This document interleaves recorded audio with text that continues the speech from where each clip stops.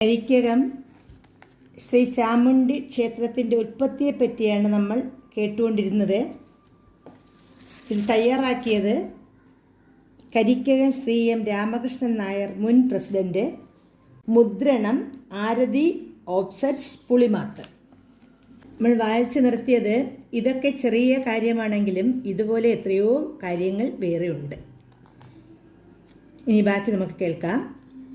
പണ്ട് കാലത്ത് ക്ഷേത്ര ഉത്സവമായാലും പൊതുവായ മറ്റെന്തെങ്കിലും കാര്യമായാലും അതിനെല്ലാം തീരുമാനം എടുക്കുന്നതിനായി ശാഖാപ്രമാണിമാരെല്ലാം കൂടി ക്ഷേത്രനടയിലുള്ള പനമരത്തിൻ്റെ ചുവട്ടിൽ കൂടിയിരുന്നു. അവിടെ വെച്ച് അഭിപ്രായങ്ങൾ പറയുകയും അവസാനം എന്ത് തീരുമാനമെടുക്കണമെന്ന് നിശ്ചയിക്കുന്നതിലേക്ക് പനയിൽ നിന്ന് ഒരു ഓല താഴെ വീഴും. അതിൽ എഴുതിയ ഒരു തീർപ്പും കുറിച്ചിട്ടുണ്ടാവും. അത് അനുസരിച്ച് കാര്യങ്ങൾ നടക്കണം. അങ്ങനെയാണ് മുൻകാലങ്ങൾ നടത്തിയിരുന്നത്. എന്നാൽ ഒരു പ്രാവശ്യം ഓല താഴെ വീണപ്പോൾ ഒരു ശാഖയ്ക്ക് അനുകൂലമായിരുന്നില്ല ഓലയിൽ എഴുതിയിരുന്നത്. ഇത് കണ്ട് ശാഖാപ്രമാണി പറഞ്ഞ് ഇതൊന്നും വിശ്വസിക്കാൻ പറ്റുകയില്ല. അങ്ങനെയാണെങ്കിൽ ഓലയും ഒരു പന്തും കൂടി വീഴട്ടെ എന്ന്. ഇത്രയും പറഞ്ഞു തീർന്ന ഉടൻ തന്നെ ഓലയും പന്തും കൂടി വീഴുകയുണ്ടായി. മന്ത്രമൂർത്തി വെളിപാടായിട്ട് പറഞ്ഞ് ഇനിമേലാൽ കാര്യങ്ങൾ മനസ്സിലാക്കാൻ പനയുടെ ചുവട്ടിൽ വന്നിരിക്കണമെന്നില്ല. ഇനി ഓല വീഴുകയില്ല. വിശ്വാസമില്ലാത്തതുകൊണ്ടാണല്ലോ പന്തും കൂടി വേണമെന്ന് പറഞ്ഞത്. അതിനുശേഷം തീർപ്പ് കൽപ്പിക്കാൻ പനയിൽ നിന്ന് ഓല വീണിട്ടില്ല എന്നതാണ് ചരിത്രം.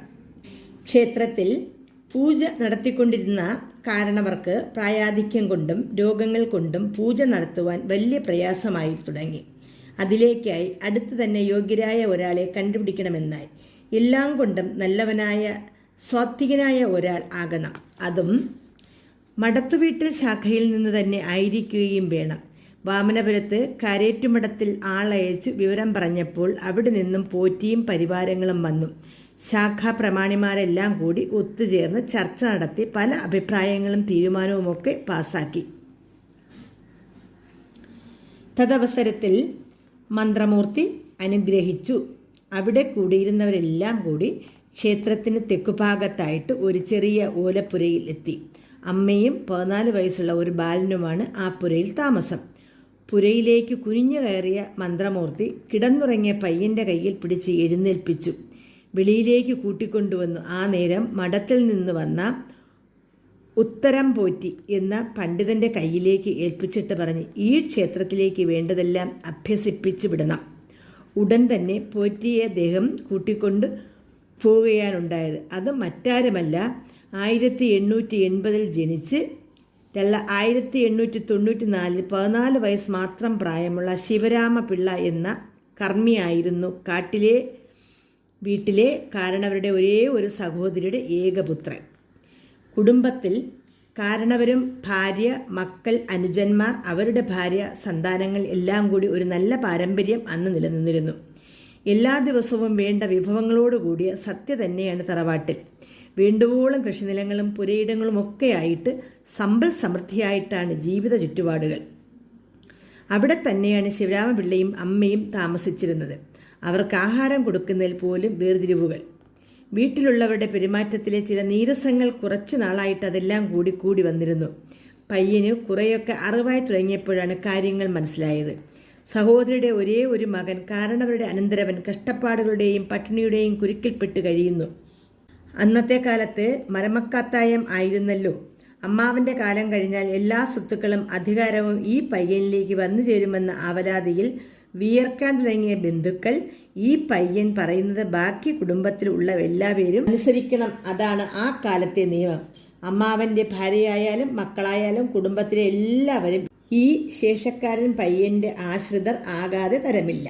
അതിനാൽ ഇത്രയും വേഗം എങ്ങനെ ഇവനെ ഒഴിവാക്കാം എന്നുള്ള ആലോചനയിൽ വീർപ്പുമുട്ടിയ ദിവസങ്ങൾ പലതും എല്ലാവരിൽ നിന്നും കുറേശ്ശെ മനസ്സിലാക്കി പുറത്തു വന്നു തുടങ്ങി. അങ്ങനെയാണ് അമ്മയും മകനും കൂടി ഇലങ്കത്തിൻ്റെ തെക്കു ഭാഗത്തായി ഒരു ചെറിയ ഒരു കുടിലുണ്ടാക്കി താമസം മാറ്റിയത്. അല്ലായിരുന്നുവെങ്കിൽ ജീവന് തന്നെ ആപത്ത് സംഭവിക്കുമെന്നും ഭയന്നു. ജീവിത ചിലവുകൾക്ക് വല്ലാതെ കഷ്ടപ്പെട്ടിരുന്നു. കുടിലിൽ നിന്നും രാവിലെ എണീറ്റ് എന്തെങ്കിലും കൂലിവേലയ്ക്ക് പോകും. കിട്ടുന്ന കാശുകൊണ്ട് അവർ രണ്ടാളും നിത്യവൃത്തി കഴിച്ചു പോന്നു. അങ്ങനെ കഴിയുന്ന ഒരു അവസരത്തിലാണ് മന്ത്രമൂർത്തിയും പോറ്റിയും ക്ഷേത്രഭാരവാഹികളും കുടിലിൽ എത്തി ബാലനെ കൈപിടിച്ച് ഗുരുവിനെ ഏൽപ്പിച്ചു കൊടുത്തത്. ഇവനെ ഈ ക്ഷേത്രത്തിലെ പൂജാതി കർമ്മങ്ങൾക്ക് വേണ്ടതെല്ലാം അഭ്യസിപ്പിച്ച് വിടുക, മന്ത്രമൂർത്തിയുടെ കൽപ്പന. അപ്പോൾ തന്നെ ബാലനോട് ഗുരു പറഞ്ഞു, ഇനി നിനക്ക് ഇവിടെ കാര്യമില്ല, ഉടൻ തന്നെ എന്നോടൊപ്പം പുറപ്പെടുക. അവിടെ നിന്നും പോറ്റിയോടൊപ്പം വാമനപുരം കാരേറ്റ മഠത്തിലേക്ക് ആ പയ്യൻ യാത്രയായി. 6 വർഷം അവിടെ നിന്നും പഠിച്ചു. വെളിയിൽ ഇറങ്ങുന്നതിനോ വീട്ടിൽ വരുന്നതിനോ ഒന്നും തന്നെ അനുവാദമില്ലായിരുന്നു. അതിലൊന്നും ഒട്ടും തന്നെ മനസ്താപം ഉണ്ടായിരുന്നില്ല. 14 വയസ്സ് മാത്രം പ്രായമുണ്ടായിരുന്ന ശിവരാമപിള്ളയ്ക്ക്. ഇതിനെല്ലാം എത്രയോ കാലം മുൻപ് തന്നെ ക്ഷേത്ര പൂജാരി കർമ്മങ്ങൾക്ക് നടത്തിപ്പിനും വേണ്ടതെല്ലാം ചെയ്തിരുന്നു. കുടുംബകാരണവർ കുടുംബത്തിൽപ്പെട്ട 3 ശാഖക്കാരെയും വിളിപ്പിച്ച് കാട്ടിലെ വീട്, തെക്കേ വീട്, കൊല്ലംവിളാകത്ത് വീട്, ഇതാണ് 3 ശാഖകൾ. ക്ഷേത്രത്തിലെ ചടങ്ങുകൾ ഇതൊക്കെയാണ്: ചിങ്ങമാസത്തിലെ ഉത്രാടത്തണ്ണീർ, വൃശ്ചിക മാസത്തിലെ കാർത്തിക നാളിൽ നടത്തുന്ന കാർത്തിക തണ്ണീർ, മകരമാസത്തിലെ വലിയ ആയില്യം, പൗർണമി പൂജ, വെളുത്തവാവ്, ശിവരാത്രി മഹോത്സവം, വിഷ്ണുബലി, സത്യ, വിജയദശമി, വിദ്യാരംഭം, അടക്കിക്കൊട മഹോത്സവം, ഇതൊക്കെയായിരുന്നു ആദ്യകാലത്ത് തുടങ്ങിയിരുന്ന മറ്റ് വിശേഷങ്ങൾ. ഇതിൽ നിന്നെല്ലാം ഓരോ കുടുംബത്തിനും വകതിരിച്ചെഴുതി അതിലേക്ക് ചെലവിനായി ആവശ്യമായ നിലവും പുരയിടവും ഇനം കൊള്ളിച്ചിരുന്നു. അതിൽ നിന്നെല്ലാം അനുഭവമെടുക്കുക, ക്ഷേത്രകാര്യങ്ങൾ മംഗളമായി നടത്തിക്കുക, അതായിരുന്നു അന്നൊക്കെ നടത്തി വന്നിരുന്ന സമ്പ്രദായങ്ങൾ. ഇന്നതെല്ലാം മാറിപ്പോയിരിക്കുന്നു. കുംഭം മീനമാസമാകുമ്പോഴേക്ക് അടക്കിക്കുട മഹോത്സവം നടത്തിയിരുന്നത്. അതിനുവേണ്ടി ദിവസവും സമയവും തീരുമാനിച്ചിരുന്നു. അതുപ്രകാരം എല്ലാവരും ക്ഷേത്രസന്നിധിയിൽ വരണമെന്ന് അറിയിക്കുകയും ക്ഷേത്രനടയിൽ കൂടുന്ന പ്രമാണിമാരുടെ അഭിപ്രായമനുസരിച്ച് എന്തൊക്കെയോ പരിപാടി വേണമെന്ന് തീരുമാനിച്ചിരുന്നു. ക്ഷേത്രത്തിനകത്തേക്കുള്ള അലങ്കാരങ്ങളും ചിലവുകളുമെല്ലാം തിട്ടപ്പെടുത്തി മുൻകൂട്ടി അറിയിച്ചിരുന്നു. മൊത്തം കുടുംബത്തിൽ നിന്നും എടുക്കേണ്ട പണത്തിൻ്റെ തേങ്ങ, നെല്ലിൻ്റെയും കണക്കെടുത്താണ് വരി നിശ്ചയിക്കുന്നത്. അതെല്ലാം ഓരോ വീട്ടുകാരും കൊടുത്തിരിക്കണം. കുട നിശ്ചയിച്ചു കഴിഞ്ഞാൽ അതിനുവേണ്ടി പുര കെട്ടണം. ആദ്യമായി കാൽനാട്ടുകർമ്മം നടത്തണം. അത് എന്നാണ് വേണ്ടതെന്ന് ഒരു ദിവസം നിശ്ചയിക്കുകയും ചെയ്യും. എന്നിട്ട് ഏതെല്ലാം വീട്ടിൽ നിന്നും പുര കെട്ടുന്നതിനും അലങ്കാരത്തിനും എന്തൊക്കെ കിട്ടും എന്നും കണക്കെടുക്കും. അതനുസരിച്ച് ഓല, തടി, അലങ്കാരത്തിന് വെള്ളവിരിക്കുന്നതിനുള്ള മുണ്ടുകൾ, അതെല്ലാം ആൾക്കാർ ഓരോ വീട്ടിലും കയറി ഇറങ്ങി ശേഖരിച്ച് ക്ഷേത്രനടയിൽ കൊണ്ടുവരും. കാൽനാട്ട് കർമ്മം കഴിഞ്ഞ് ഓരോ ജോലിയും എല്ലാവരും ചേർന്ന് ഭംഗിയെ നിർവഹിക്കുകയാണ് അന്നത്തെ പതിവ്. കാലം മാറിയപ്പോൾ ആളെ വെച്ചും അടങ്കൽ കൊടുത്തും ഇന്ന് പണി ചെയ്യിപ്പിക്കുന്നു. പഴയ കാലത്തെ അർപ്പണ മനോഭാവം അന്യം നിന്നിരിക്കുന്നു. ഉത്സവത്തിന് ആകെ 2 ദിവസത്തെ ചടങ്ങാണ്. ആദ്യ ദിവസം അരിനിരത്തൽ, ഗുരുപൂജയും പിറ്റേ ദിവസം അടക്കിക്കൊട. ക്ഷേത്രപൂജാരിയും അദ്ദേഹത്തെ സഹായിക്കാൻ 4-5 പേരും കാണും. ഇവരെല്ലാം തന്നെ ഗുരുപൂജയ്ക്ക് മുൻപ് ഭക്ഷണമോ വെള്ളമോ കഴിച്ചു കഴിഞ്ഞാൽ പിറ്റേ ദിവസം വടക്കേനടയെ കുരുതി കഴിഞ്ഞതിന് ശേഷമേ ജലപാനം പോലും പാടുള്ളൂ. വടക്കേനടയിൽ കുരുതി കഴിയുമ്പോൾ ഏതാണ്ട് വെളുപ്പിന് 3:30 മണി കഴിയും. ഇത്രയും സമയം 2 രാത്രിയും 1 പകലും ക്ഷേത്രത്തിനകത്ത് കാര്യങ്ങൾ നടത്തുന്ന പൂജാരിയും അദ്ദേഹത്തെ സഹായത്തിന് നിൽക്കുന്നവരും സമ്പൂർണ്ണ വ്രതത്തിൽ ആയിരിക്കും. ഉത്സവ ദിവസം വൈകിട്ടോടെയാണ് പരിപാടി തുടങ്ങുന്നത്. കോൽക്കളി, ഓട്ടൻതുള്ളൽ, കഥകളി, ഇതൊക്കെയാണ് അന്നത്തെ പരിപാടികൾ. ക്ഷേത്രത്തിനകത്ത് രാവിലെ മുതൽ പൂജകൾ തുടങ്ങും. ഉച്ചത്തണ്ണീർ, രാത്രി പൂജ, കുരുതി അല്ലെങ്കിൽ ഗുരുസി, ഒരിക്കൽ തുടങ്ങി പലതും നടത്തിക്കൊണ്ടിരിക്കും. ഒരുക്കുന്നതിൽ ചില ആചാരങ്ങളും ചിട്ടകളുമൊക്കെയുണ്ട്. ഒന്നാമതായി കളത്തിൻ്റെ അളവ്, രണ്ടാമത് പൂക്കൾ കൊണ്ടാണ് അലങ്കരിക്കുന്നത്. പഴയകാലത്ത് കടലാസ് പൂക്കൾ കൊണ്ടാണ് അലങ്കരിച്ചിരുന്നത്. ഇപ്പോൾ ആ സ്ഥാനത്ത് യഥാർത്ഥ പൂക്കൾ തന്നെയാണ് ഉപയോഗിക്കുന്നത്. അതിലും ഒരു പ്രത്യേകതയുണ്ടായിരുന്നു. ഉത്സവ ദിവസം രാത്രി 8 മണിയാകുമ്പോൾ പൂജാരി ക്ഷേത്രത്തിനകത്ത് കളം പൂജ എന്നൊരു ചടങ്ങ് തുടങ്ങും. അതിനുശേഷമേ കുരുതിക്കളം തയ്യാറാക്കൽ തുടങ്ങാൻ പാടുള്ളൂ. അതിലേക്ക് 7 തൂണുകൾ ആണ് ഉപയോഗിക്കുന്നത്. മുൻവശങ്ങളിൽ 2, നടുക്ക് 2, പുറകിൽ 3, അങ്ങനെയാണ് കണക്ക്. വടക്കേ അറ്റത്ത് നടുക്ക് നിർത്തിയിരിക്കുന്ന തൂണിൽ പന്തലിനകത്തായിട്ട് ഒലട്ടിക്കൊഴ, മാവില, ഇതൊക്കെ കെട്ടി കഴിഞ്ഞാൽ മുൻവശത്തായിട്ട് വാഴക്കുലകളും കരിക്കിൻ കുലകളും കെട്ടി അതിന് മുൻവശത്തായിട്ട് വ്യാളി വിഗ്രഹവും ദേവിയുടെ ഉടവാളും സ്ഥാപിക്കും. അതിനു മുൻപിൽ വിളക്കുകൾ അലങ്കരിച്ച് വെച്ച ശേഷം അതിനു മുൻപിൽ നടുഭാഗത്തായിട്ട് ഒരു വലിയ വാർപ്പും അതിന് 2 വശത്തും ഉരുളിയും ഒരുക്കി വയ്ക്കും. എല്ലാത്തിലും ജലം നിറച്ച് അതിൽ ചുണ്ണാമ്പും മഞ്ഞളും നിക്ഷേപിച്ച് കലക്കി വയ്ക്കും. അപ്പോൾ മുൻപിൽ ഇരിക്കുന്ന പാത്രത്തിലെ വെള്ളം രക്തവർണ്ണത്തിൽ കാണാം. മേലിൽ വിവരിച്ച കാര്യങ്ങൾ എല്ലാം തന്നെ രാത്രി 12 മണിക്ക് മുൻപ് തീർന്നിരിക്കണം. 8 മണിക്ക് അകത്ത് പൂജയ്ക്കിരിക്കുന്ന പൂജാരി 12 മണിയാകുമ്പോൾ കുരുതിക്കളത്തിൽ പൂജയ്ക്കായി എത്തിയിരിക്കും. ആ സമയത്ത് കളത്തിൻ്റെ പരിസരത്ത് നിൽക്കുന്ന ചിലരിൽ മന്ത്രമൂർത്തി, മാടൻ, അറുവല തുടങ്ങിയ പല ഉപദേവതകളും വെളിപാടായിട്ട് തുള്ളലും അലറിയുള്ള വിളികളുമൊക്കെ നടക്കുന്നുണ്ടായിരിക്കും. ഇതിനെല്ലാം അകമ്പടിയായിട്ട് തകിലും നാദസ്വരം, ചെണ്ട തുടങ്ങിയ വാദ്യമേളങ്ങളും ഉണ്ടാകും. ഈ മേളങ്ങൾ എല്ലാം തന്നെ പൂജാസമയത്ത് ഏതാണോ വായിച്ചുകൊണ്ടിരിക്കുന്നത് അത് മാത്രമായിരിക്കും തുടരുക. പൂജാരി കളത്തിൽ 1 മണിക്കൂർ പൂജ കഴിഞ്ഞ് എപ്പോഴാണോ എഴുന്നേൽക്കുന്നത് അപ്പോൾ മാത്രമേ ദേവിയുടെ അനുഗ്രഹത്തിനുള്ള മേളം തുടങ്ങുകയുള്ളൂ.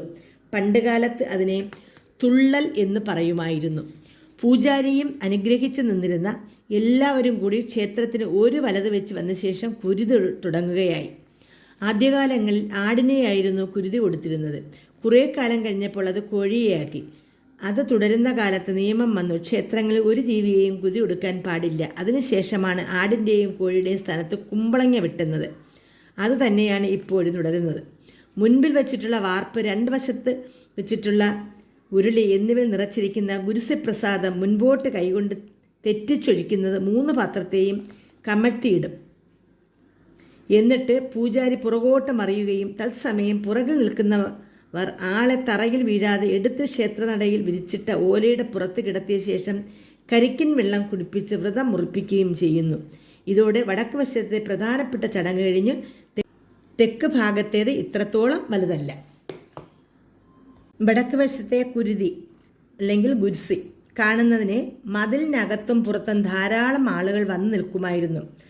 പാത്രത്തിൽ വെച്ചിട്ടുള്ള ജലം തെറ്റി ഒഴുകുന്നത് കണ്ട് പരിഹസിച്ച ഒരു യുവാവിന് ഒരു വലിയ ശിക്ഷ കിട്ടിയതായിട്ടാണ് പഴമക്കാർ പറഞ്ഞ് അറിവുള്ളത്.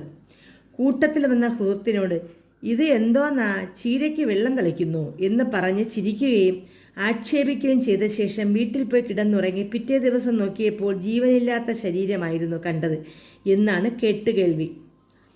കുരുതി നടത്തുന്നതിനും അതിൻ്റെ സമയക്രമത്തിനും പ്രത്യേക ചിട്ടകൾ ഉണ്ട്. ദേവിയുടെ അനുയായികളായിട്ടുള്ള ഭൂതഗണങ്ങൾക്ക് വേണ്ടിയാണ് കുരുതി നടത്തി വരുന്നത്. രാത്രി 12 മണിയാകുമ്പോൾ അവയെല്ലാം തന്നെ വെളിയിൽ പോകുമെന്നും 3 മണിക്കകം തിരികെ വരുമെന്നും വിശ്വസിക്കുന്നു. ഈ സമയത്തിനകത്ത് ചടങ്ങുകൾ നടന്നാൽ ഭൂതഗണങ്ങളെല്ലാം അതിൽ പങ്കുവഹിച്ച് തൃപ്തരായി പോകുമെന്നും 1 വർഷം കഴിഞ്ഞ് ഇനി ചടങ്ങ് നടത്തേണ്ടതുള്ളൂ എന്ന് പ്രമാണങ്ങൾ കലാകാലങ്ങളെ അനുഷ്ഠിച്ചു വരുന്നുണ്ട്.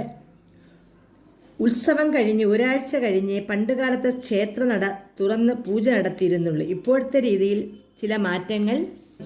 ഉത്സവം കഴിഞ്ഞ് പിറ്റേ ദിവസം തന്നെ സാധാരണ രീതിയിൽ നട തുറന്ന് പൂജ നടത്തി വരുന്നു. മുൻകാലത്ത് വെച്ച് നിവേദ്യവും ഗണപതി ഹോമവും ആയില്യവുമൊക്കെ പോറ്റിമാരെ വരുത്തിയാണ് നടത്തിയിരുന്നത്. ബാക്കി എല്ലാ പൂജകളും പൂജാരി തന്നെയാണ് ചെയ്തിരുന്നത്.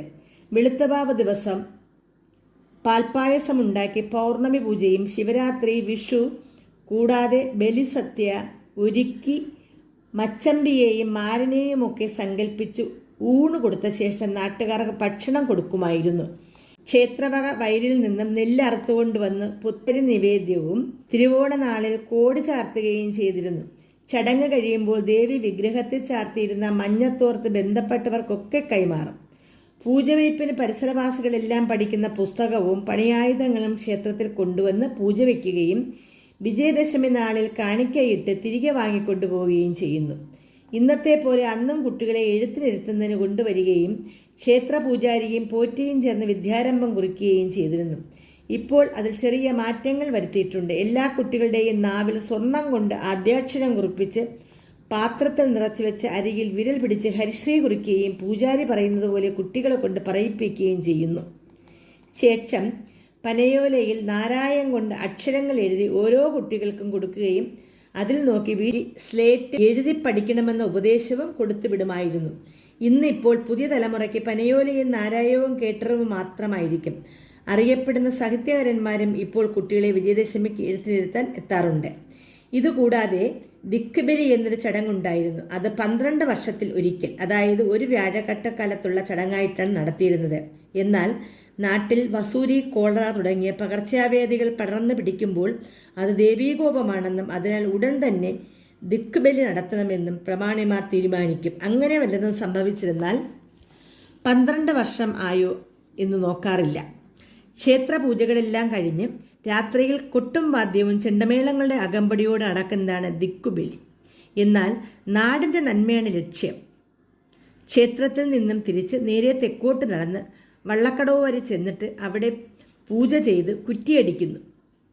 ശേഷം അവിടെ നിന്ന് പടിഞ്ഞാറോട്ട് നടന്ന് വിമാനത്താവള ഗ്രൗണ്ടിൽ ചെന്നിട്ട് അവിടെയും പൂജ നടത്തി കുറ്റിയടിക്കുകയും ശേഷം നേരെ ആയിരംതോപ്പ്, വാഴവിള എന്നിവിടങ്ങളിലും പൂജയും കുറ്റിയും അടിച്ചു കഴിഞ്ഞാൽ ഈ പറയുന്ന സ്ഥലത്തിനകം എല്ലാം ദേവിയുടെ നിരീക്ഷണ വലയത്തിലായി എന്ന് വിശ്വസിക്കുന്നു. ഇവിടെ എങ്ങും അസുഖങ്ങളോ പകർച്ചവ്യാധികളോ ഉണ്ടാകില്ല എന്നതാണ് ആ കാലത്തെ വിശ്വാസം. എല്ലാം കഴിഞ്ഞ് ക്ഷേത്രത്തിലെത്തുമ്പോൾ പുലർച്ചെ 3 മണിയായിട്ടുണ്ടാകും. ദിക്കുബലിക്ക് പുറപ്പെട്ടു കഴിഞ്ഞാൽ ആരും എതിരെ വരാനോ മറികടക്കാനോ പാടില്ല എന്നാണ് വെയ്പ്പ്.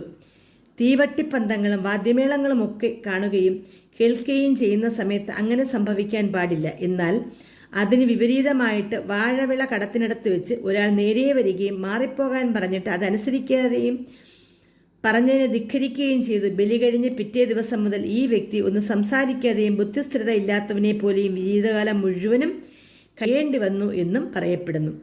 ക്ഷേത്രത്തിൻ്റെ കിഴക്ക് ഭാഗത്തായിട്ടായിരുന്നു അദ്ദേഹത്തിൻ്റെ താമസ സ്ഥലം. എന്തോ ഇങ്ങനെ സംഭവിക്കാൻ കാരണമെന്ന് അറിയുന്നതിന് ജോത്സ്യൻ്റെ അടുത്ത് പോയി നോക്കിയപ്പോഴാണ് ദോഷം എന്തെന്ന് അറിയാൻ കഴിഞ്ഞത്. ഒരു ദിവസം ആൾക്കാർ വിലക്കിയിട്ടും വഹിക്കാതെ ധിക്കരിച്ചതിൻ്റെ ഫലമാണ് ഭ്രാന്തനായി അനുഭവിക്കുന്നതെന്ന് അറിയാൻ കഴിഞ്ഞു. രക്ഷപ്പെടണമെന്നുണ്ടെങ്കിൽ അതിനൊക്കെ പരിഹാര കർമ്മം ചെയ്യേണ്ടതാണ്. കാശ് ചെലവുള്ള കാര്യമായതിനാൽ അവരെ കൊണ്ട് അതൊന്നും ചെയ്യാൻ സാധിച്ചിട്ടില്ല. മരിക്കുന്നതുവരെയും അതേ രീതിയിൽ തന്നെ തുടരുകയായിരുന്നു. മരിച്ചിട്ട് അധികകാലമായിട്ടില്ല എന്നതും ഈ കഥകളെല്ലാം കരിക്കകത്ത് സ്ഥിരമാക്കിയിട്ടുള്ള മിക്കവരും ആൾക്കാർക്കൊക്കെ അറിയാവുന്നുള്ളതും സത്യമാണ്. സത്യത്തിന് സാക്ഷിയായ ദേവി എന്ന് മാത്രമല്ല, വിളിച്ചാൽ വിളികേൾക്കുന്ന ദേവി എന്നുകൂടി പ്രസിദ്ധമാണ്. പല പ്രാവശ്യം കടലിൽ പോയിട്ട് മീനൊന്നും കിട്ടാതെ വരുന്നത് പലരും ഇവിടെ ദേവിയുടെ നടയിൽ പ്രാർത്ഥിച്ചിട്ട് പോയാൽ അതിൻ്റെ ഗുണം കിട്ടുന്നതായി പറയുന്നുണ്ട്. മുസ്ലിം ആയാലും ക്രിസ്ത്യൻ ആയാലും ജാതിമത ചിന്തയില്ലാതെ പല ആൾക്കാരും ദേവിയുടെ നടയിലെത്തി വിളിച്ച് പ്രാർത്ഥിച്ചിട്ട് പോയാൽ അതിൻ്റെ ഫലം തീർച്ചയായിട്ടും കിട്ടുന്നതായി പരക്കെ പറയപ്പെടുന്നുണ്ട്. വിളിച്ചാൽ വിളി കേൾക്കുന്ന ദേവി കരിക്കകത്തമ്മ എന്ന് വിശ്വാസികൾക്ക് ബോധ്യപ്പെട്ടത് പല സംഭവങ്ങളും തെളിഞ്ഞിരിക്കുന്നു. ഇതുപോലെ ഈ അടുത്ത കാലത്ത് മറ്റൊരു അതിശയകരമായ സംഭവം ഉണ്ടായി. തമിഴ്നാട്ടിൽ നിന്നും വന്ന ഒരാൾ ക്ഷേത്രത്തിൽ കയറി ദേവിയെ വലം വെച്ച് തൊഴുത ശേഷം പറഞ്ഞു, എനിക്ക് ക്ഷേത്ര ഭാരവാഹികളെ കാണണം. അങ്ങനെ പ്രസിഡന്റിനെയും സെക്രട്ടറിയെയും കണ്ടിട്ട് അറിയിച്ചു. ഞാൻ വിദേശത്തായിരുന്നു. നാട്ടിൽ വന്ന സമയത്ത് ഒരു കാർ കൊണ്ടുവന്നിരുന്നു. ലക്ഷങ്ങൾ വിലപിടിപ്പുള്ള കാറായിരുന്നു. അതിനെ എൻ്റെ വീടിൻ്റെ മുൻപിൽ പാർക്ക് ചെയ്തിരുന്നു. പിറ്റേ ദിവസം രാവിലെ നോക്കുമ്പോൾ കാർ കാണുന്നില്ല. പലയിടത്തും അന്വേഷിക്കുകയും ഫലം കിട്ടാതെ വന്നപ്പോൾ പോലീസിൽ പരാതി കൊടുക്കുകയും ചെയ്തു. പോലീസ് പല രീതിയിലുള്ള അന്വേഷണങ്ങൾ നടത്തിയെങ്കിലും ഒരു പ്രയോജനവും ഉണ്ടായില്ല. അങ്ങനെ വിഷമിച്ചിരിക്കുമ്പോൾ ഒരു പരിചയക്കാരൻ എന്നോട് കരിക്കകം ക്ഷേത്രത്തെപ്പറ്റി പല അതിശയകരമായിട്ടുള്ള കഥകളും പറയുകയുണ്ട്. അതിനാൽ താങ്കൾ അവിടെ പോയി ദേവിയെ ദർശിച്ച് പ്രാർത്ഥിച്ചിട്ട് വരിക. അതും പ്രകാരം പിറ്റേ ദിവസം തന്നെ ഞാൻ ഇവിടെ എത്തി ദേവിയെ മനസ്സിൽ സങ്കല്പിച്ച് പ്രാർത്ഥിച്ചിട്ട് പോയി. അടുത്ത നാൾ രാവിലെ ഉറക്കമുണർന്ന് നേരെ വീട്ടുനടയിൽ നോക്കുമ്പോൾ കാർ കിടക്കുന്നു. അതൊരു അതിശയകരമായ സംഭവമായിരുന്നു. അതിനാലാണ് ഞാൻ വീണ്ടും ദേവിയെ കാണാൻ വന്നത്.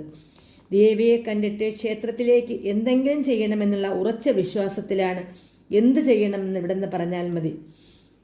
അപ്പോൾ ക്ഷേത്രത്തിൽ പല രീതിയിലുള്ള നിർമ്മാണ പ്രവർത്തനങ്ങളും പൂജയും നടന്നുകൊണ്ടിരിക്കുന്ന സമയം ക്ഷേത്രമതിൽ പുതുക്കി പണിതുകൊണ്ടിരുന്നപ്പോൾ തിരുമുമ്പിൽ ഒരു നല്ല പ്രവേശന കവാടം വേണമെന്നുള്ള ചിന്തയിലായിരുന്നു എല്ലാവരും. അങ്ങനെ ആ വിശ്വാസിയുടെ വഴിപാടായി സമർപ്പിച്ചതാണ് ദേവിയുടെ മുൻപിൽ കാണുന്ന പ്രധാന വാതിൽ. ലക്ഷങ്ങൾ ചെലവ് ചെയ്തു നല്ല കൊത്തുപണികളോട് കൂടി നിർമ്മിച്ച കവാടം അമ്പലത്തിന് മോടി കൂട്ടുന്നു. വരദായിനിയായ അമ്മയുടെ കടാക്ഷം പല ഭക്തർക്കും ഐശ്വര്യവും സമൃദ്ധിയും കീർത്തിയും നേടിക്കൊടുക്കുന്നുണ്ട്. വിശ്വാസികളെ അമ്മ രക്ഷിക്കുന്നു എന്നത് അനുഭവങ്ങളിലൂടെ വീണ്ടും തെളിയിക്കപ്പെടുന്നു. ഇതുപോലെ വേറൊരു സംഭവം ഉണ്ടായി. ഒരു പെൺകുട്ടി ജനിച്ച് 12 വയസ്സുവരെ സംസാരശേഷിയില്ലായിരുന്നു. പല ഡോക്ടർമാരെയും കാണിച്ചു, പ്രയോജനമുണ്ടായില്ല. ജന്മനാ ഉള്ളതാകയാൽ ഒന്നും ചെയ്യാൻ കഴിയില്ല എന്ന് പറഞ്ഞ് പല സ്ഥലത്ത് നിന്നും വിട്ട കുട്ടിയെയും കൊണ്ട് വീട്ടുകാർ ക്ഷേത്രനടയിലെത്തി. കുട്ടിയുടെ അമ്മയും ബന്ധുക്കളും ഒക്കെ നടയിൽ നിന്ന് ശാന്തിക്കാരനോട് കാര്യങ്ങളൊക്കെ അറിയിച്ചു. നാവിൻ്റെ ഒരു രൂപം വാങ്ങി നടക്കി വെച്ച് പ്രാർത്ഥിക്കാൻ പൂജാരി അറിയിച്ചു. അതുപോലെ ചെയ്തു. ശേഷം അമ്പലത്തിൽ ഒരു വലം വെച്ച് തൊഴുത് നടയിൽ വന്ന കുട്ടി ദേവിയെ നോക്കി അമ്മേ എന്ന് വിളിക്കുകയും കൂടെ വന്ന് അടുത്തു നിന്നവർ അത്ഭുതപ്പെടുകയുമുണ്ടായി. കുട്ടിയുടെ ആദ്യമായിട്ടുള്ള അമ്മ എന്നുള്ള വിളിയിൽ ദേവിയുടെ ശക്തിപ്രഭ തിരിച്ചറിഞ്ഞ് ജനങ്ങൾക്കുള്ള വിശ്വാസം 10 മടങ്ങ് ഏറുകയായിരുന്നു. ഇതുപോലെ അറിഞ്ഞതും അറിയാത്തതുമായ അനവധി കഥകൾ ഭക്തജനങ്ങൾക്ക് പറയാനുണ്ട്. ഇതിൽ ചിലത് മാത്രം.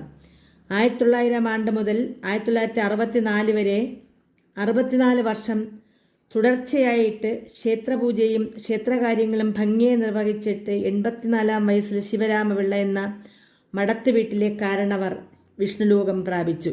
എന്നാൽ അദ്ദേഹം ഒരു സാധാരണ മനുഷ്യനായിരുന്നില്ല എന്നതാണ് മറ്റൊരു വാസ്തവം.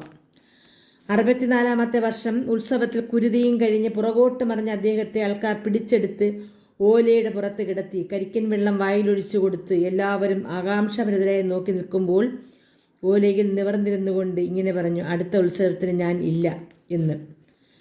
അടുത്തു നിന്നവരും കേട്ടറിഞ്ഞവരുമൊക്കെ അതിശയത്തോടെ തമ്മിൽ നോക്കി. എന്താ ആ പറഞ്ഞതിൻ്റെ അർത്ഥം എന്നറിയാതെ വിഷമിച്ചു. മരണത്തിൻ്റെ കാലസൂചിക കുറുകി അടിക്കും പോലെ അദ്ദേഹത്തിന് തോന്നിയിട്ടുണ്ടാകും. ഏതാനും മാസങ്ങൾ കഴിഞ്ഞപ്പോൾ ചെറിയ ഒരു അസുഖമായി കിടക്കുകയും അറിഞ്ഞവരും ബന്ധുക്കളും നാട്ടുമോരൊക്കെ വീട്ടിൽ തടിച്ചുകൂടി. ചുറ്റും കൂടി നിന്നവരുടെ എന്താ എല്ലാവരും കൂടി നിൽക്കുന്നത്, ഇന്നിനി ഇല്ല, നാളെ രാവിലെ 10 മണി കഴിഞ്ഞേ ഉള്ളൂ എന്നും അതിനാൽ എല്ലാവരും പോയി കിടന്നുറങ്ങൂ എന്നും പറയുകയുണ്ടായി. അതേപോലെ രാവിലെ 10 മണി കഴിഞ്ഞ് ആ ദിവ്യനായ മനുഷ്യൻ പരലോകം പ്രാപിക്കുകയും ചെയ്തു. ഒരു സാധാരണക്കാരന് മരണം മുൻകൂട്ടി നിശ്ചയിക്കാനാവില്ല. എന്തൊക്കെയോ ദിവ്യശക്തി ആ ചേതസ്സിൽ കുടികൊണ്ടിരുന്നു. അദ്ദേഹമാണ് ക്ഷേത്രത്തെപ്പറ്റിയും ക്ഷേത്ര സംബന്ധമായ പലതും പറഞ്ഞു തന്നിട്ടുള്ളതും കൂട്ടത്തിൽ കുടുംബങ്ങളെക്കുറിച്ചും ബോധ്യപ്പെടുത്തി തന്നിട്ടുള്ളതും. മലയാള വർഷം 1108 മഹാരാജാവിൻ്റെ കൽപ്പനപ്രകാരം എല്ലാ പഴയ തറവാട്ടിലും ക്ഷേത്രങ്ങളിലും ഉണ്ടായിരുന്നതായ ഗ്രന്ഥങ്ങൾ എടുത്ത് നശിപ്പിക്കണമെന്നും ഇനിമേലിൽ ഏതെങ്കിലും തറവാട്ടിലോ ക്ഷേത്രത്തിലോ എഴുതപ്പെട്ട ലിഖിതങ്ങൾ കണ്ടതായി അറിഞ്ഞാൽ തക്ക ശിക്ഷ കിട്ടുമെന്നും വിളംബരം ചെയ്തിരുന്നു. അതിന് കാരണം ആ കാലത്ത് വശീകരണങ്ങളും ക്ഷുദ്രപ്രയോഗങ്ങളും സർവ്വസാധാരണമായിരുന്നു. അതെല്ലാം അറിഞ്ഞ ശേഷമാണ് ഇങ്ങനെ ഒരു വിളംബരം ചെയ്തതും. ഈ വിളംബരപ്രകാരമാണ് ഈ ക്ഷേത്രത്തിലെ ഗ്രന്ഥങ്ങൾ നശിപ്പിക്കപ്പെട്ടത്. ഇപ്പോൾ 1192, അതായത് 84 വർഷങ്ങൾക്ക് മുൻപ് നടന്ന ഒരു വസ്തുതയാണ് ഇവിടെ വെളിപ്പെടുത്തിയത്. അദ്ദേഹത്തിൻ്റെ കാലശേഷം ക്ഷേത്രത്തിൽ 2 നേരം വിളക്ക് വയ്ക്കുക മാത്രമേ ഉണ്ടായിരുന്നുള്ളൂ. ഇത് ചെയ്തു വന്നത് ശിവരാമപിള്ളയുടെ അനന്തരവന്മാരായ കൃഷ്ണപിള്ളയും രാഘവൻ നായരുമാണ്. ഇവരൊന്നും പൂജാവിധികൾ പഠിച്ചിരുന്നില്ല. ഇവർക്ക് ശേഷമാണ് അടുത്ത അവകാശികളായ കൊച്ചി കൃഷ്ണപിള്ള തന്ത്രിയുടെ അടുത്ത് നിന്ന് പൂജാവിധി ഒക്കെ പഠിച്ച് ക്ഷേത്രപൂജ ആരംഭിച്ചത്. സാധാരണ ക്ഷേത്രങ്ങളെ പോലെ ചാമുണ്ഡി ക്ഷേത്രത്തിൽ പൂജിക്കാൻ പറ്റുന്നതല്ല. ഈ ക്ഷേത്രത്തിലേക്ക് പ്രത്യേക തരത്തിലുള്ള പൂജകളെല്ലാം പഠിച്ച ശേഷമേ അത് സാധിക്കുകയുള്ളൂ. ഈ അഭിപ്രായം ഇവിടെ പുതുതായി വന്നിട്ടുള്ള പല പോറ്റിമാരും പറയുന്നത് കേട്ടിട്ടുണ്ട്. കൃഷ്ണപിള്ള, രാഘവൻ നായർ, കൊച്ചി കൃഷ്ണപിള്ള, തങ്കപ്പൻ നായർ ഇവർ മൂവരും ഈ ക്ഷേത്രകാര്യങ്ങൾ 28 വർഷം നോക്കി നടത്തി. 1992 ക്ഷേത്ര ഭാരവാഹികളും ബന്ധുക്കളും പരിസരവാസികളായ നായർ തറവാട്ടിലെ നിന്നുമുള്ളവരും ചേർന്ന് ശ്രീ കരിക്കകം ചാമുണ്ഡി ക്ഷേത്ര ട്രസ്റ്റ് രൂപീകരിച്ചു. ശേഷം കരിക്കകം പ്രദേശത്ത് പല രീതിയിലുള്ള പുരോഗതികളും വന്നു ഭവിച്ചു. കാൽനട യാത്രയായിട്ടും വള്ളങ്ങളിലും കയറി മണിക്കൂറുകളോളം കാത്തുനിന്ന് യാത്ര ചെയ്തിരുന്ന കരിക്കകം നിവാസികൾക്കും വെളിയിലുള്ള സ്ഥലങ്ങളിൽ നിന്ന് ക്ഷേത്രത്തിൽ വരുന്നവർക്കും യാത്രയ്ക്ക് ബസ് സൗകര്യങ്ങളൊക്കെ പെട്ടെന്ന് കൈവന്നു. ദിക്കിലേക്കായാലും തൊട്ടു മുൻപിൽ നിന്നും ബസ്സിൽ കയറി പോകുന്നതിന് ഇന്ന് സാധിക്കുന്നതാണ്. കരിക്കകം ചാമുണ്ഡി ക്ഷേത്രത്തിൽ ട്രസ്റ്റ് രൂപീകരിച്ചതിന് ശേഷം പല രീതിയിലുള്ള മാറ്റങ്ങൾ വന്നു വരുത്തി എന്ന് വേണം പറയാൻ. ഒന്നാമതായി കുടുംബത്തിൽ നിന്നും ക്ഷേത്രപൂജാരി എന്നുള്ളത് മാറ്റി എല്ലാവരും ബ്രാഹ്മണ ശ്രേഷ്ഠന്മാരായി. തന്ത്രി, മേൽശാന്തി, കീഴ്ശാന്തി, സഹായിയായിട്ടുള്ള 4-5 പോറ്റിമാർ എല്ലാം കൂടി 6-ൽ അധികം പോറ്റിമാർ ഇപ്പോൾ ക്ഷേത്രത്തിലുണ്ട്. നട തുറക്കുന്നതിനും അടയ്ക്കുന്നതിനുമുള്ള എല്ലാ പൂജാതി കാര്യങ്ങൾക്കുമായി പ്രത്യേക സമയങ്ങൾ നിശ്ചയിച്ചിരിക്കുന്നു. രാവിലെ 4:30 മണിക്ക് നട തുറന്ന് ഉച്ചയ്ക്ക് 12 മണിക്ക് പൂജയ്ക്ക് ശേഷം നട അടയ്ക്കും.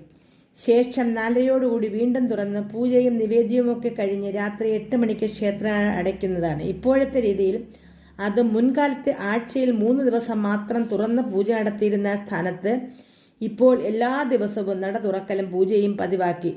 ക്ഷേത്രത്തിനകത്ത് നിന്നും നോക്കിയാൽ പടിഞ്ഞാറേ അറ്റത്ത് കുറച്ച് വടക്കുമാറി കലമാൻ കൊമ്പിൽ വെള്ളി കൊണ്ടുള്ള മുഖം ഘടിപ്പിച്ചിരുന്നു. അതിനെ പീഠത്തിൽ സ്ഥാപിച്ചാണ് പൂജ നടത്തിയിരുന്നത്. ഓരോ വശത്തുമുള്ള കലമാൻ കൊമ്പിന് ഏതാണ്ട് 3 അടിയോളം നീളം വരും. സാധാരണ ദിവസങ്ങളിലും വിശേഷ ദിവസങ്ങളിലും ചുവന്ന പട്ട് കോടിത്തോർത്ത് ഇവയൊക്കെ അതിൽ തന്നെയാണ് ചാർത്തിയിരുന്നത്.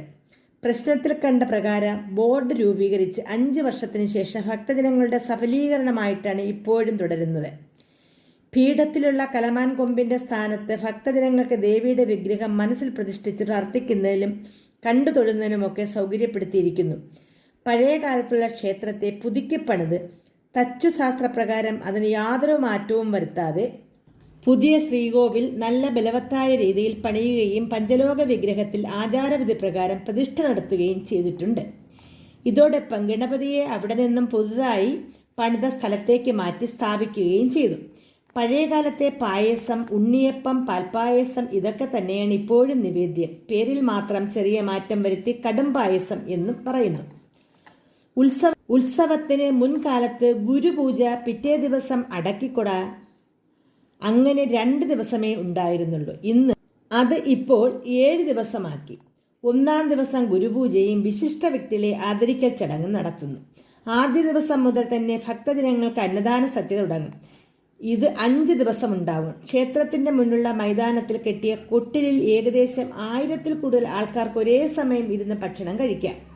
അതിലേക്കായി മേശയും കസേരയും ഒക്കെ നിരത്തി അതിൽ തുമ്പിലയിൽ വിഭവസമർത്ഥമായ സദ്യ, ചോറും അവിയലും തോരനും കിച്ചടി, പച്ചടി, മാങ്ങ, നാരങ്ങ, ഇഞ്ചി, ഓലൻ, കൂട്ടുകറി, പിന്നെ പരിപ്പ്, സാമ്പാർ, പ്രഥമൻ, പുളിശ്ശേരി, രസം, മോര് തുടങ്ങിയവ, ഏത്തക്ക വറ്റൽ, ശർക്കര ഉപ്പേരി, പഴം, പർപ്പടകം എന്ന് വേണ്ട സാമാന്യം നല്ല രീതിയിൽ തുടങ്ങുന്ന കല്യാണ സദ്യ പോലെ അത്രമാത്രം അടുക്കും ചിട്ടയും ആവശ്യം പോലെ കഴിക്കത്തക്ക സംവിധാനം. ഇതിൻ്റെ ഇടയ്ക്ക് ഞാനൊന്ന് പറഞ്ഞുകൊള്ളട്ടെ. ഈ വർഷം എന്ന് പറയുന്നത് ഈ 2025 പുതുതായി അവിടെ ഒരു സദ്യാലയം സ്ഥിരമായി കെട്ടുകയും അതിൻ്റെ ഉദ്ഘാടനം ഈ ഉത്സവത്തിൻ്റെ ഒരു 2 ദിവസത്തേക്ക് മുമ്പേ നടക്കുകയും ചെയ്തു. ആ സദ്യാലയത്തിലാണ് ഞാൻ ഈ വർഷം 3 ദിവസം പോയി സദ്യ കഴിച്ചത്. ഇനി നമുക്ക് ബാക്കി കേൾക്കാം.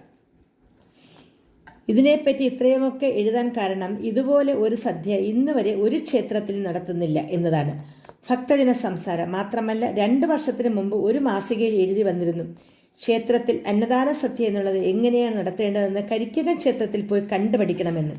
അതിനാൽ സദ്യയുടെ കാര്യത്തിൽ ഒന്നാമത് തന്നെയാണ് കരിക്കകം ക്ഷേത്രം. ഇതുകൂടാതെ ക്ഷേത്രത്തിന് തെക്ക് വശത്തായി സ്ഥിതി ചെയ്യുന്ന കലാപീഠത്തിൽ 7 ദിവസം 3 നേരവും സദ്യയുണ്ട്. ക്ഷേത്ര ഉത്സവത്തോടനുബന്ധിച്ച് പ്രവർത്തിക്കുന്ന പോലീസ്, ട്രാൻസ്പോർട്ട്, ആരോഗ്യവകുപ്പിലെ ജീവനക്കാർ കൂടാതെ ക്ഷേത്രത്തിലെ മറ്റെല്ലാ ജീവനക്കാർക്കും ഈ സദ്യയിൽ പങ്കെടുക്കാം.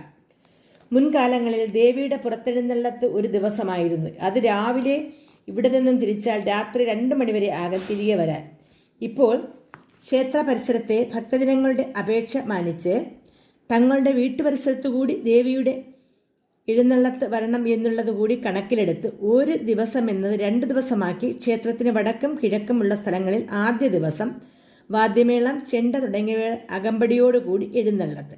എല്ലാ വീടുകളിലും ഒരുക്കിയിരിക്കുന്ന നിവേദ്യങ്ങളൊക്കെ സ്വീകരിച്ച് രാത്രി 10 മണിക്കകത്ത് തന്നെ ക്ഷേത്രത്തിൽ തിരിച്ചെത്തുന്നു. പിറ്റേ ദിവസം രാവിലെ ക്ഷേത്രത്തിന് തെക്ക് ഭാഗത്തുള്ള സ്ഥലങ്ങളിലേക്കും വൈകുന്നേരത്തോടെ റെയിൽപ്പാളത്തിനടുത്തുള്ള എത്തിച്ചേരുകയും അവിടെ നിന്ന് കെട്ടുകാഴ്ചകളും മുത്തുക്കുട, താലപ്പ് തുടങ്ങിയവയുടെ അകമ്പടിയോടുകൂടി 6-ാമത്തെ ദിവസത്തെ എഴുന്നള്ളത്തും യഥാസമയം തന്നെ ക്ഷേത്രത്തിൽ എത്തിച്ചേരുന്നു.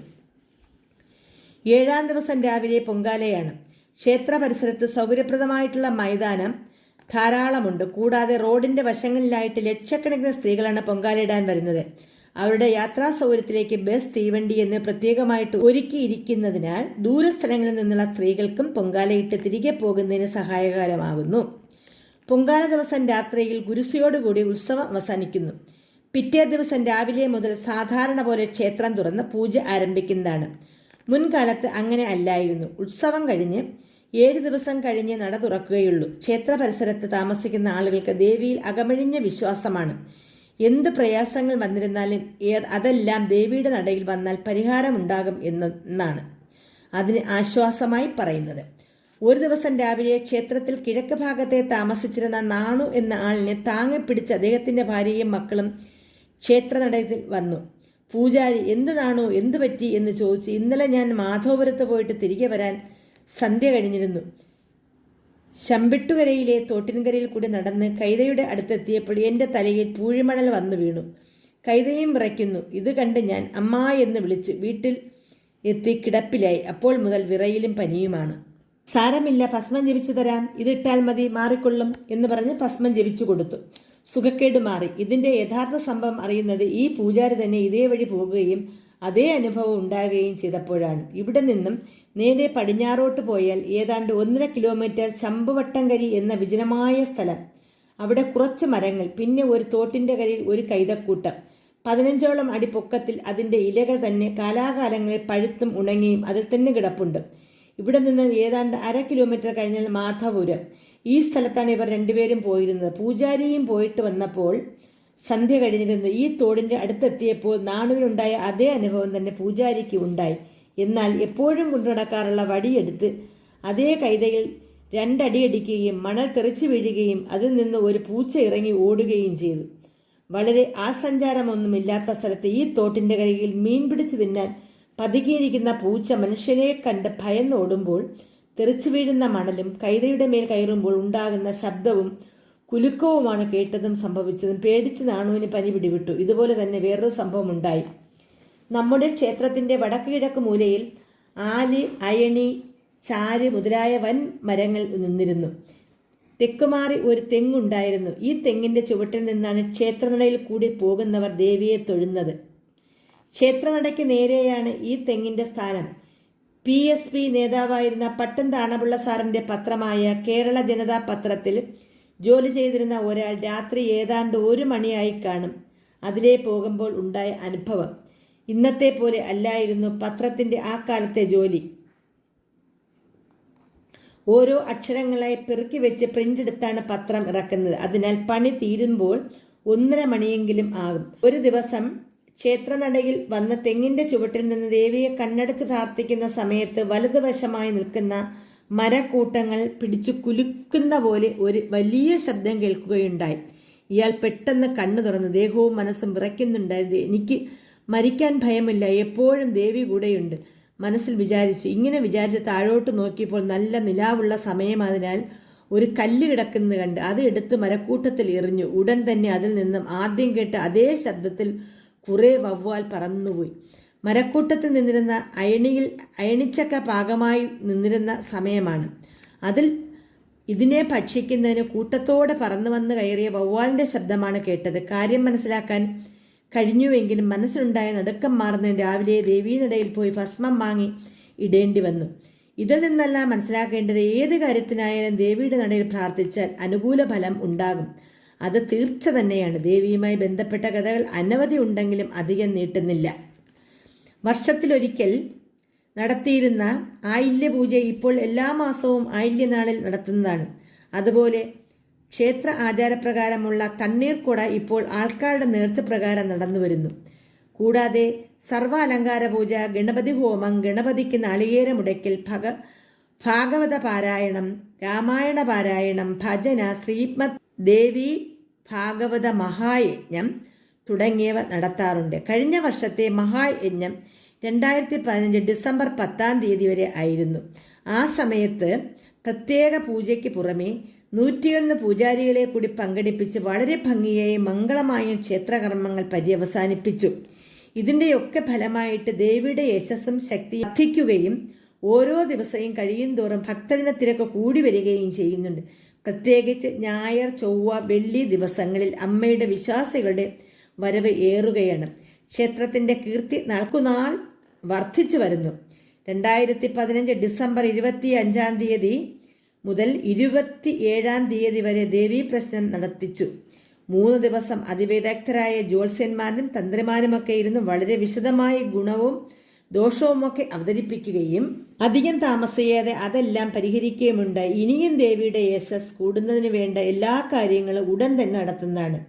2015 ഡിസംബർ മാസം 27-ാം തീയതി രാത്രി 7 മണിയോടെ ദേവപ്രശ്നം പൂർണ്ണമാവുകയും ചെയ്തു. കൂടാതെ കുട്ടികളുടെ വിദ്യാഭ്യാസത്തിനായി വിദ്യാപീഠം ഭംഗിയായി നടത്തിവരുന്നു.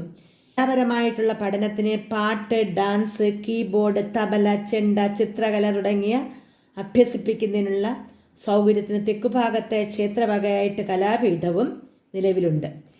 ക്ഷേത്രത്തിൽ നടക്കുന്ന സത്യയ്ക്ക് അപ്പൂപ്പൻ്റെ ബലിക്കുമൊക്കെ പുതിയ സംവിധാനങ്ങൾ ഒരുങ്ങുന്നു.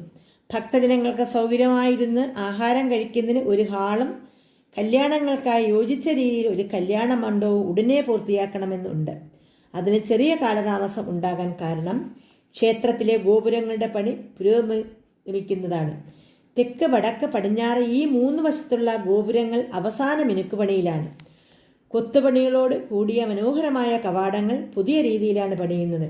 അതിനാലാണ് മറ്റു കാര്യങ്ങൾക്കും കാലതാമസം നേരിടുന്നതും. ഈ പണി കഴിഞ്ഞാൽ ഉടൻ കല്യാണ മണ്ഡപത്തിൻ്റെ പണി ആരംഭിക്കുന്നതാണ്. വിദ്യാപീഠം, കലാപീഠം, കല്യാണമണ്ഡപം, റോഡ്സ്, യാത്രാ സൗകര്യം, ബസ് സൗകര്യം ഇതെല്ലാം നാട്ടുകാർക്കും ഭക്തജനങ്ങൾക്കും ഉപയോഗപ്രദമാണ്. ദേവിയുടെ യശസ്സും കീർത്തിയും നാൾക്കുനാൾ വളരട്ടെ എന്നും ലോകം മുഴുവനും പ്രചരിക്കട്ടെ എന്നും ആത്മാർത്ഥമായി പ്രാർത്ഥിച്ചുകൊണ്ട് കരിക്കകം ചാമുണ്ടേശ്വരിയുടെ അക്ഷരാദേവതയുടെ വരദായിനിയുടെ തൃപ്പാദങ്ങളിൽ ഈ സമാഹാരം ഭക്തിപുരസ്സരം സമർപ്പിക്കുന്നു. സത്യത്തിന് സാക്ഷിയായ ദേവി കരിക്കകത്തമ്മ. ഓം ചാമുണ്ടായേ നമഃ. എല്ലാവർക്കും നന്ദി, നമസ്കാരം.